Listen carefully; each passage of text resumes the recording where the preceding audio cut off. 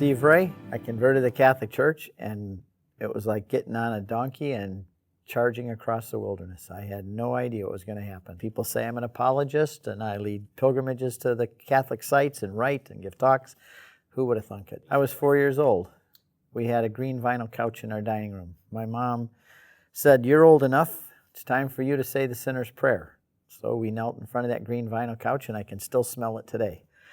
And I asked Jesus to come into my heart, the same sinner's prayer that any Baptist would lead their good kid in. And she thought 4 years old I was beyond the age of accountability, and I knew what I was saying now, because you have to be in a Baptist church. You can't be baptized as an infant. That's a wicked Catholic tradition.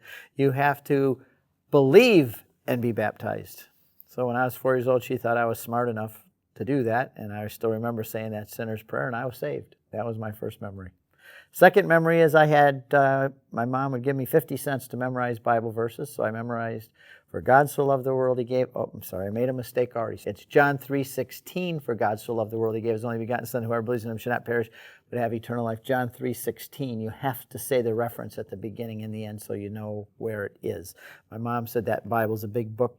You make it smaller, you make it your own if you learn to memorize. We lived in a wonderful family. My mom and dad were great examples of Christian life and of holy living and marriage. And for that reason, I am not an anti-Protestant. I love the way my family raised me. I love the fact that they taught me to love the Bible and gave me such a great example of a marriage. It's made my marriage easy because I had a good school. I feel sorry for the people who've gone through such horrible family life, and it makes it difficult then for them later on. But I was just a happy-go-lucky, fun kid, and I loved my family. I loved everything we did. I even loved going to church as a kid, but I couldn't wait to get out and go play baseball and catch more frogs. My mom became a Baptist because of Billy Graham in 1953, and she tells me the story how she cried and asked Jesus to come into her heart and all of this. Yeah.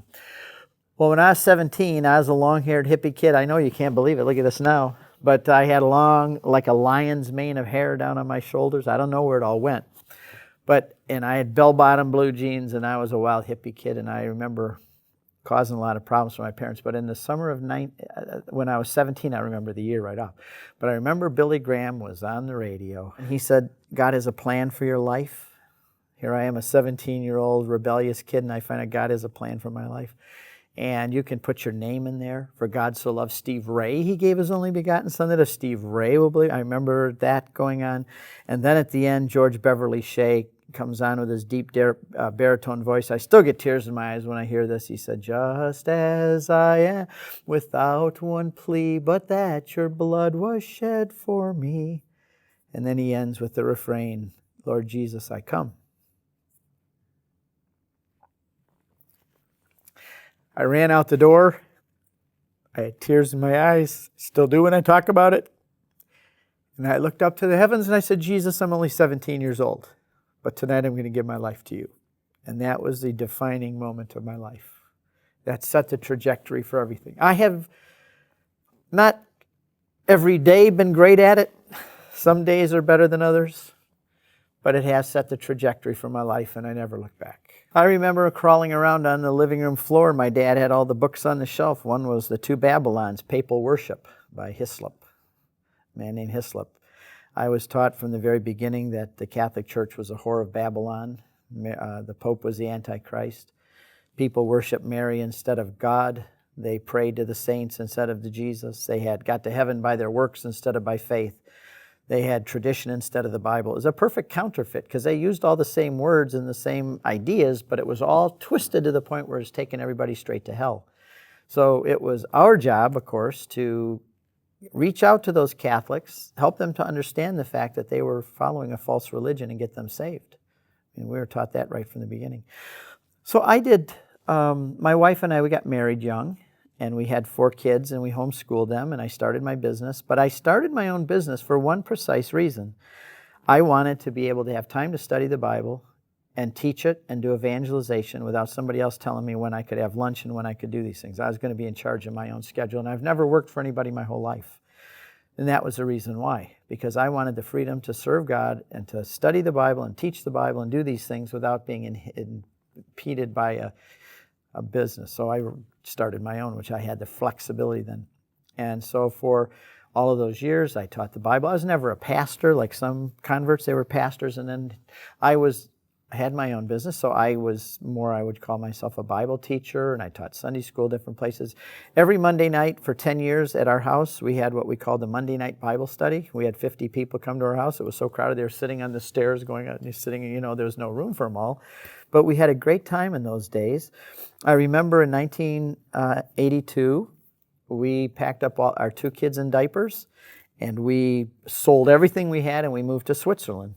And we studied with Dr. Francis Schaeffer for a year in Switzerland. We rented a chalet up in the Swiss Alps in a city called Chézières. It was a 10-minute walk from Waymo, where Dr. Francis Schaeffer lived, Anita Schaeffer, and we studied with them. And I learned from Dr. Schaeffer, and I have to say that I had read all 21 of his books before that, and he is call him my Protestant patron saint. I can really say today that if it weren't for Francis Schaeffer, I don't know that I'd be a Christian today. Because as an evangelical, he taught us that there was such a thing as objective truth. Christianity was the truth, and everything else was not. Everything else maybe had parts of truth, but Christianity was the explanation of reality, and it would hold up against any scrutiny, philosophical, historical, biblical, any other ways. Christianity was the truth of reality.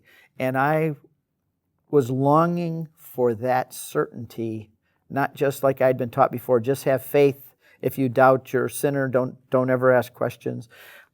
But the certainty that Christianity was true, and that enabled me to be bold. And so when I came home from that, that's when we really began to teach and to study and do things. But Francis Schaeffer also, not realizing what he did, is he taught me that there was such a thing as objective truth and to keep looking for it. And many people that studied with Francis Schaeffer eventually became Catholics because of that.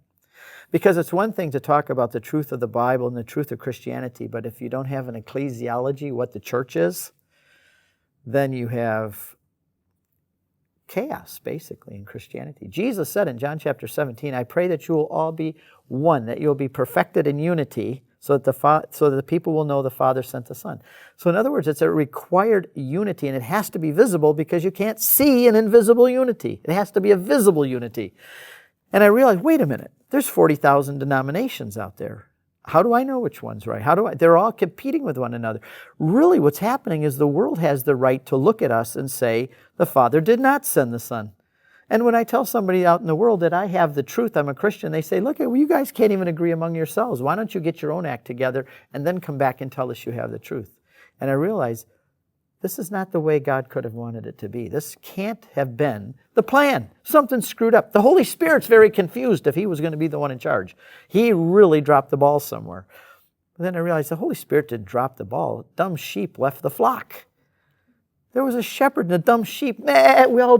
Everybody walked away and started their own flocks, and now there's chaos. There's sheep everywhere. Getting eaten by wolves, falling in the river. It's a mess. And then I said, there's got to be, if he started a church, I will build my church. Matthew 16, Matthew 18 says that if your brother sins against you, you ultimately take it to the church. Well, where is the church I take it to? If you're Methodist and I'm Baptist and you and I have a problem, you can't come to my Baptist church because you're not going to accept the authority of my Baptist church. I'm not accepting the authority of your Methodist church. So where's the church? Where's the address? And I realized that if Jesus' words were not going to be a mockery, if they weren't going to be false and hollow, and even a scandal, then there had to be the church somewhere that was everywhere in the world that could adjudicate a problem that you and I have. And guess what? I found out there was such a thing, the Universal Catholic Church. And so in 1994, we became part of it. And I'm not leaving. I'm not going anywhere.